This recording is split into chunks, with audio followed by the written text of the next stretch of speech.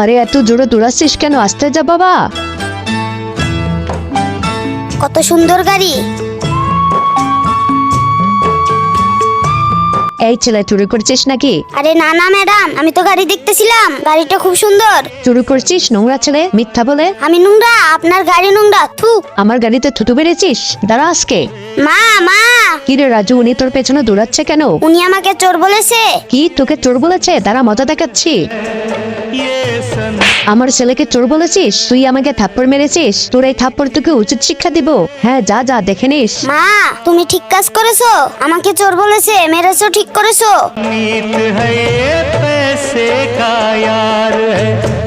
ভাইয়া ভাইয়া, হা হা। আরে কি হয়েছে তোর? আরে বাবা আস্তে আস্তে যা, আমি দৌড়াতে পারছি না।